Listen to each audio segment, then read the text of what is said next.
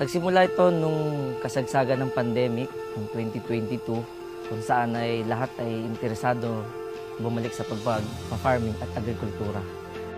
Nung una talagang raw forest siya and plano lang naman natin dito ay maging rest house and simple na garden, taniman, and eventually na-discover yung natural niyang ganda. Kaya unti-unti na-develop natin ito bilang farm tourism. Dahil nga ang farm natin ay isang mountainous area, so na-inspire tayo na taniman ito ng mga fruit-bearing trees at lagyan ng livestock kagaya ng kambing at tupa. Bali, ang challenge talaga namin dito yung contour ng area, ng bundok, mataas. So yung trabaho, yung labor ng paggawa, pag-develop ay mas mahirap kaysa doon sa patag. Pati source ng tubig, mahirap din. Yun, unti-unti nakapag-adapt tayo dito, nakapag-isip tayo ng mga estratehiya at mga pamamaraan na mas maikadadali. So gumamit tayo ng mga equipment, gumamit tayo ng mga sasakyan na makakatulong sa atin na may develop tong farm despite na yun nga na very mountainous siya. Bali, ang pinaka main feature ng Mount Brino is yung overlooking view niya.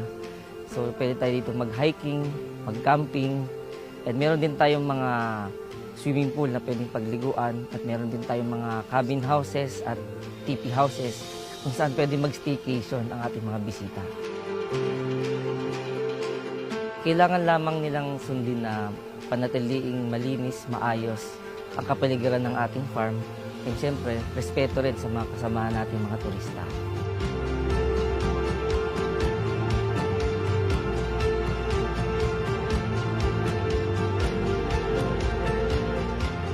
Sa katunayan ay accredited po tayo ng Agricultural Training Institute bilang isang learning site for agriculture. And also, pati na rin ng TESDA. Meron tayong 3 courses po rito, Agri-Entrep and Landscaping, saka Agricultural Crops and Seafood.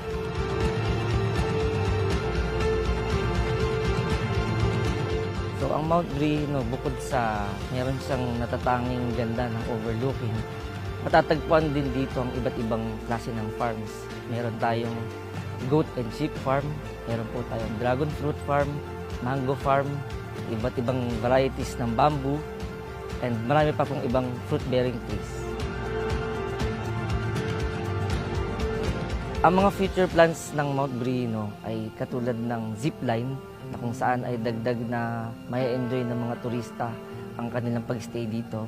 Magkakaroon din po tayo ng hotel at dagdag na swimming pool kung saan mas marami ng tao ang makakapag-overnight at staycation dito.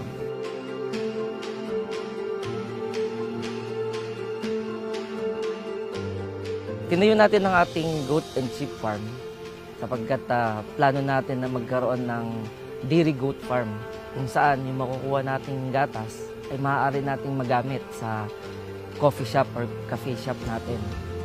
Meron din po tayong bee farm kung saan ang ma-harvest ng mga honey ay gagamitin nating sweetener sa ating restaurant.